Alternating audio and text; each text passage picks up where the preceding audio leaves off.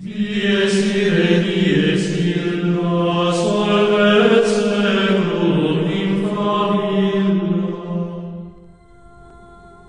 Bago natin simula ng dalawang kwentong ito, gusto ko lang sabihin na yung unang maririnig niyong kwento ay galing sa isa nating subscriber na nakipagkita sa akin sa Baguio noong nagbakasyon kami doon.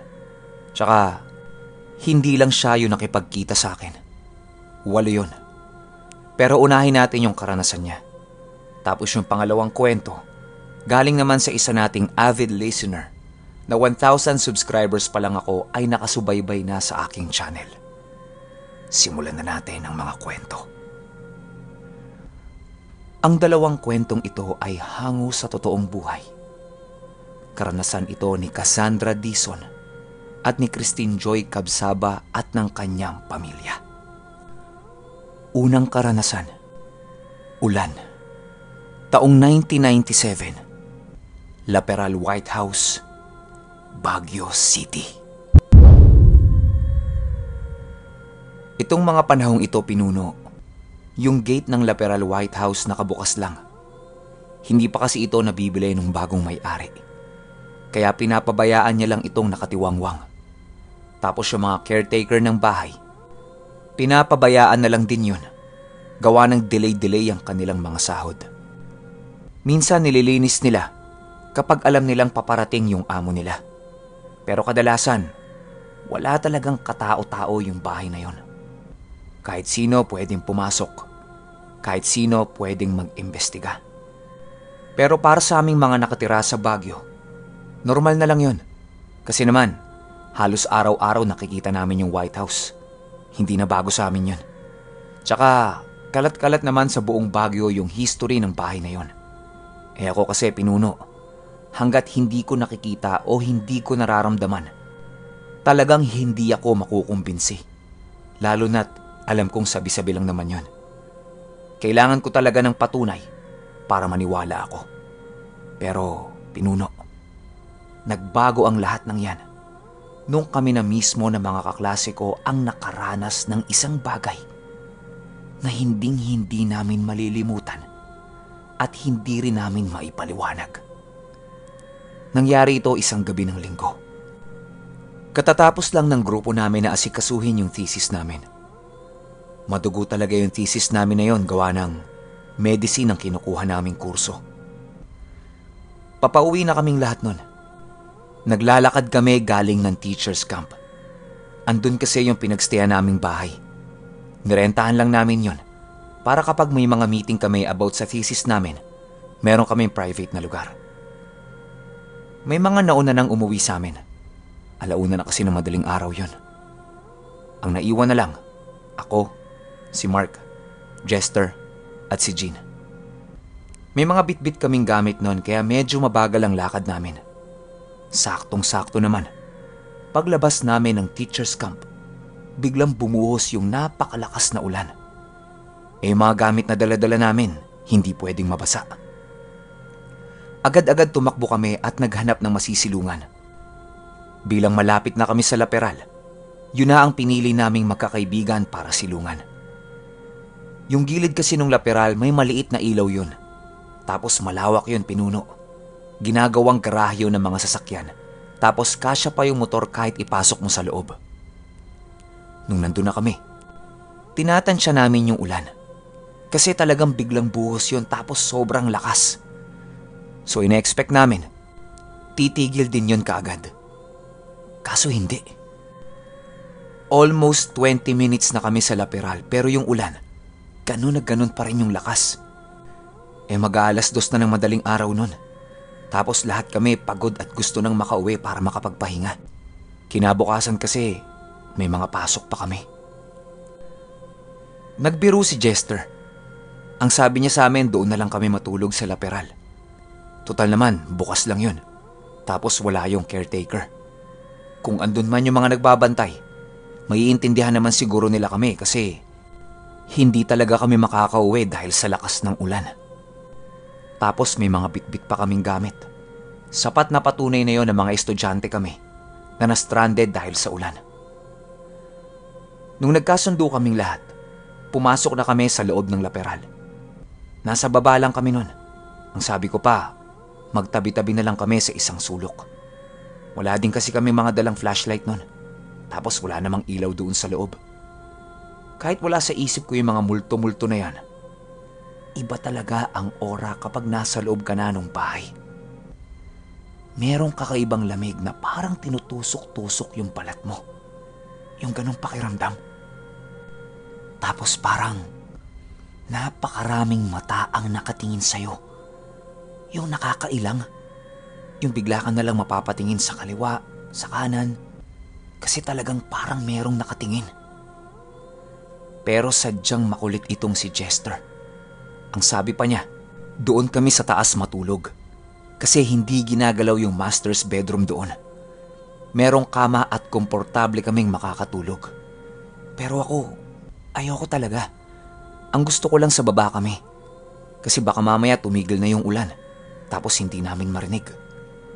Pero silang lahat, gustong umakyat.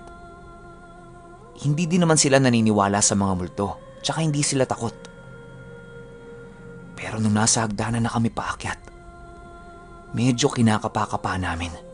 Kasi maraming kanto yung hagdanan nun. Ilang hakbang lang kailangan mong lumiko. Mga 4 na liko yun bago kami nakarating sa itaas. Nung nasa taas na kami, sobrang dilim talaga. Tapos mahinang liwanag na lang yung nakikita namin sa baba. Galing pa yun sa ilaw ng garahe. Pagsilip ko sa baba, Pinuno, meron akong nakitang anino. Pagkurap ko nawala agad. Hindi ko sinasabi sa mga kasama ko kasi gusto kong kumpirmahin muna. Baka namalikmata lang ako eh. Maya-maya pa, paulit-ulit na dumadaan yun sa ilaw. Hindi ko na magalaw yung ulo ko. Gusto ko nang sabihin sa kanila yung nakikita ko pero ayaw sumunod ng katawan ko. Hanggang sa tumigil siya sa paglalakad. Tapos kitang-kita kong umaakyat siya ng hagdanan. Sabog-sabog yung buhok niya. Tapos sobrang tangkad. Padabog siyang umaakyat ng hagdanan. Nung nakapagsalita na ako, sumigaw ako ng, "May tao!" Napatingin sa akin sila Jester. Tapos nakita nila akong nakataas ang lahat ng buhok at takot na takot ang muka. Tinuro ko sa kanila yung nakita ko pero wala silang nakita. Pinagtawanan pa nila ako para daw akong timang. Tigilan ko raw ang pag-iisip ko ng kung ano-ano. Habang nag-uusap kami, naramdaman talaga namin na merong dumaan sa amin. Umusog pa nga yung balikat ko nun. Para kasi akong binangga. Tapos lahat kami tumahimik. Nagkatitigan kami. Tinanong ko sila kung naramdaman ba nila yon. Pero walang sumasagot sa kanila. Hanggang sa merong kaming narinig na tunog na parang bakya. Nanggagaling yung tunog na yon doon sa master's bedroom. Paglingon nilang lahat, saksing buhay kami hanggang ngayon. Yun ang unang-unang encounter namin sa isang multo. Isang blankong mukha na nakasuot ng itim na belo. Nakalutang at parabang nakapako ito sa krus. Sunod-sunod na malalakas na yabag ang narinig namin na nanggagaling sa kanya. Parang pinapaalis kami. Lahat kami nagsisisigaw at takot na tumakbo pababa ng bahay. Akala namin tapos na. Nung nandun na kami sa garahe, meron kaming nakitang batang nakaupo sa gilid ng entrada ng garahe. Nakayakap ito sa 2 tuhod niya habang umiiyak. Napaatras kami. Iyak pa rin ang iyak yung bata. Yung texture ng balat niya, literal na black and white. Para bang drawing lang. Tapos bigla itong tumigil sa pag-iyak. Dahang-dahang tumayo at tumakbo papalapit sa amin. Paglagpas sa amin, bigla na lang itong nawala. Doon namin napatunayan sa mga sarili namin na hindi yun tao. Isa yung multo. Matapos ang mga nakakatakot na karanasan namin doon, Lahat ng gamit namin ay iniwan na lang namin sa laperal at nagtakbuhan kami pabalik sa teacher's camp. Doon ay nagpalipas kami ng gabi. Nung nandun na kami, akala namin okay na. Naging normal na ulit ang mga kilos namin. Tila ba walang nangyari. Nung nakapwesto na kaming lahat para matulog, meron kaming narinig na kumakatok sa pintuan namin. 3:00 o 4:00 na ng madaling araw yon. Imposible na mga kasamahan pa namin yon. Pagdungaw ko sa bintana, yung nakita namin sa laperal na nakabelo, andun sa tapat ng mismong pintuan namin. Sinabi ko yung nakita ko sa kanila. Ang sabi nila, wag na wag bubuksan yung pintuan kahit na anong mangyari. Tapos lahat kami tumakbo papunta sa may CR. Patuloy pa rin siya sa pagkatok, pero pinabayaan na lang namin. Matapos ang insidenteng yun, lahat kami ay hindi na lang natulog. Nagpaumaga na lang kami para balikan yung mga gamit namin sa laperal.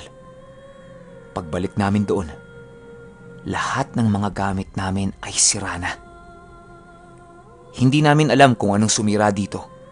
Pwedeng pusa, aso, basta walang natira sa mga gamit namin. Magmula din ng gabing yun, namuuna sa isipan ko na totoo nga na marami talagang bagay sa mundo na hindi kayang ipaliwanag ng siyensya. Partida pinuno, doktor pa ako. Pero naniniwala talaga ako sa mga paranormal. Kaya sa tuwing dadaan ako doon sa laperal, napapangiti na lang ako. Pero kinakabahan pa rin ako pag matataon na dumadaan ako doon. Tapos bigla-bigla na lang babagsak ang ulan. Bago natin simulan ito, gusto ko lang ipakilala yung mga kasama sa kwento. Yung sender natin si Christine. Nanay niya si Sally. At ang tatay niyang si Winfred. Ikalawang karanasan, Juliana. Taong 2009, Barangay Borosong Tigbawan, Iloilo. Nalalapit na ang barangay fiesta sa amin. Tumawag yung asawa ng mama ko dahil gusto niyang umuwi sa amin sa Iloilo. Taga Davao City kasi siya. Kaya yung mama ko na lang yung kasama ko sa bahay. Kami lang dalawa. Kinabukasan, maagang umalis ang mama ko para sunduin yung asawa niya sa Port San Pedro. Doon kasi ang daungan ng mga barko. Uso pa noon yung super ferry. At sa panahon nun, mahal ang pamasahe sa eroplano. Kaya nagbarko na lang siya. Mula sa amin sa bahay, babiyahe ng higit sa 2 oras yung mama ko para makaabot sa daungan. Kapag walang traffic, maaga siya makakarating doon. Tricycle muna sa amin. 15 minutes ang biyahe para makarating sa bayan. Pero meron pang dadaanan na ilog. Kapag mababaw ang tubig, nakakapasok yung tricycle sa amin. Pero kapag mataas yung tubig, mano-manong pagtawid ang gagawin mo. Kasi walang tulay para doon dumaan.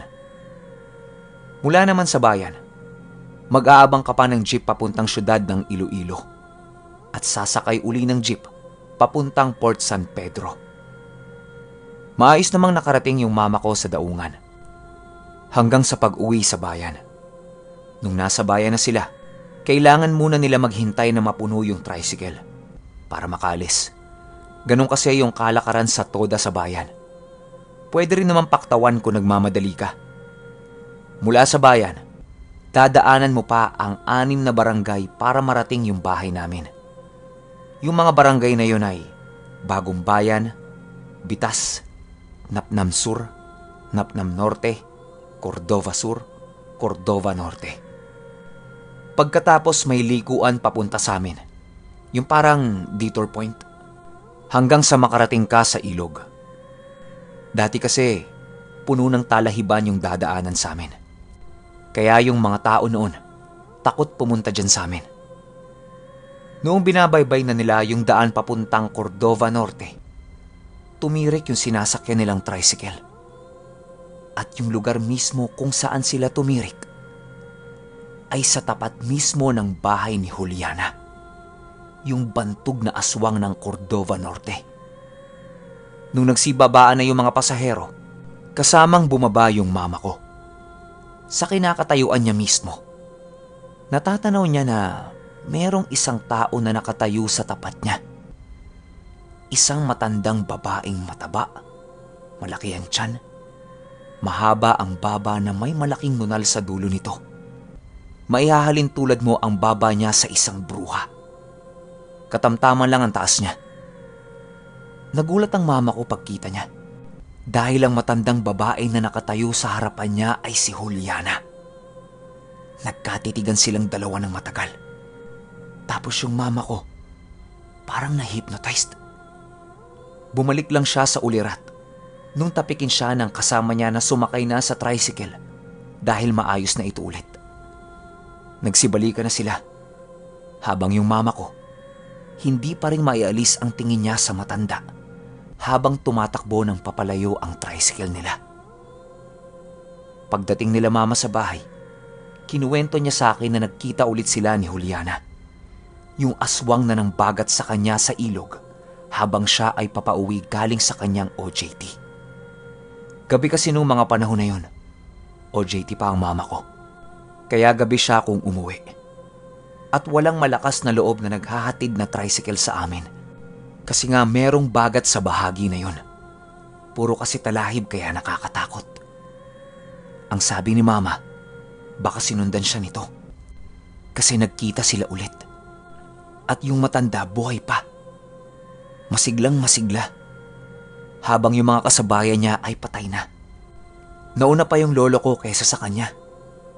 Mas matanda pa siya sa lolo ko. Kinagabihan matapos naming kumain, nag-ayos na kami ng higaan namin para matulog. Maaga kasi kaming natutulog sa probinsya. Kahit merong mga telebisyon, mas gusto naming maagang matulog para maaga din magising. 8:00 na ng gabi.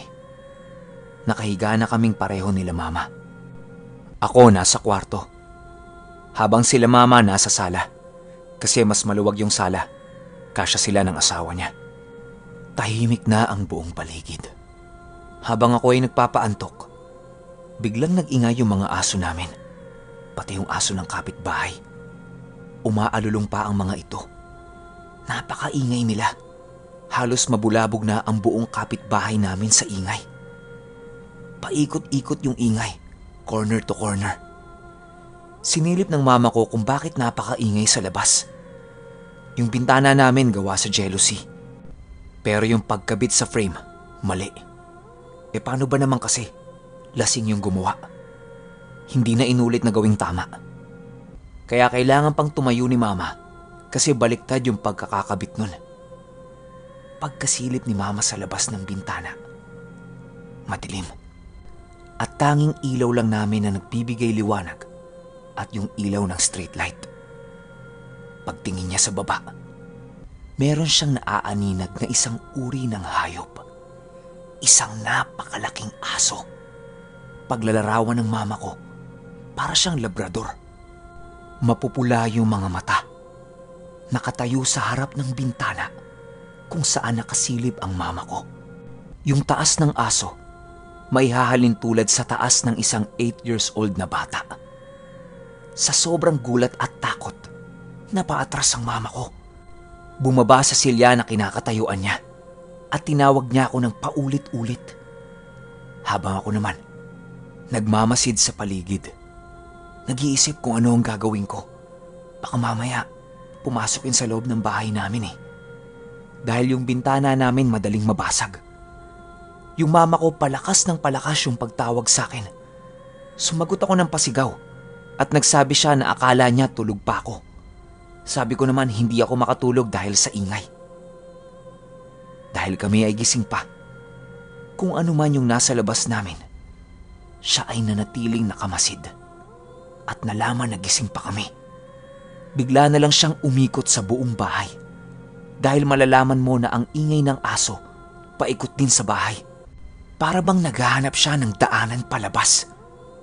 Dahil wala siyang makitang daraanan, bigla na lang may dumapo sa itaas ng bubungan namin. Parang isang malaking tao na bigla na lang bumagsak.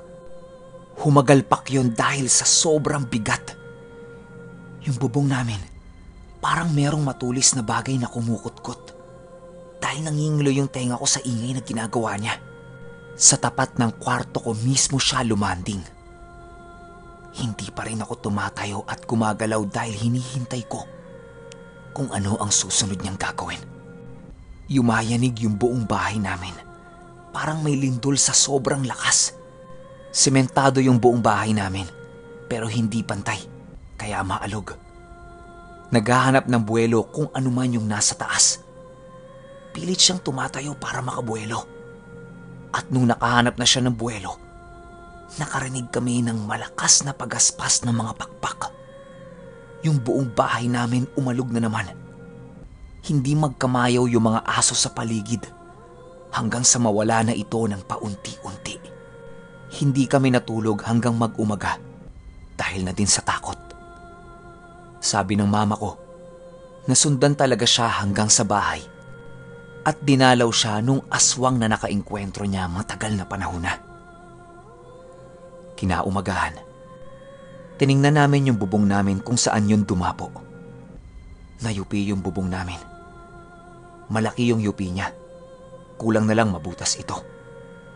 Pasasalamat lang naming mag-anak dahil walang masamang nangyari sa amin nung gabing yon. Ipagpapasa Diyos na lang namin ang lahat. Pero hanggang ngayon, Pinuno, ayon sa mama ko, paulit-ulit pa rin siyang dinadalaw at talaga namang hindi siya tinatantanan ni Juliana. Okay, opinyon ko sa dalawang kwento. Doon muna tayo sa unang kwento. Alam nyo, hindi lang si Doc ang merong karanasan sa White House. Actually, 4 silang nagkwento sa akin. Inuna ko lang tong kay Doc kasi siya yung pinakaunang pumunta nung nagpa-meet up ako sa SM Baguio. Kung makikita nyo lang ang itsura nitong mag-asawa habang nagkukwento sila, talagang totoong-totoo. Tsaka, isipin nyo na lang din, bakit sila mag-aaksaya ng oras nila para puntahan ako? Tapos makikipagkwentuhan lang, di ba? Kaya, Doc, sa pagbalik namin sa Baguio, sana makakuha na tayo ng permit sa loob ng Laperal White House. Salamat sa kwento. Doon naman sa pangalawang kwento, alam nyo bang sikat na sikat itong si Juliana sa Iloilo? Hindi lang sila Christine Joy ang may kwento dyan. Marami pang mga taga Iloilo. Susubukan kong hanapin yung iba pang kwento tungkol sa kanya. Kasi nung una, hindi ko pinapansin yung tungkol dito eh. Tapos nagugulat na lang ako, parami ng parami yung nagsasabi sa akin ng tungkol kay Juliana. Hanggang ngayon nga, buhay pa yan. Tapos bukod sa aswang yan, yung family tree ni Juliana, halos lahat puro mangkukulam, barang, basta lahat sila nasa kaliwa. Pero sa ngayon, ito na muna ang mga kwento natin. Yun lang. Hanggang sa susunod na kwento. Maraming salamat.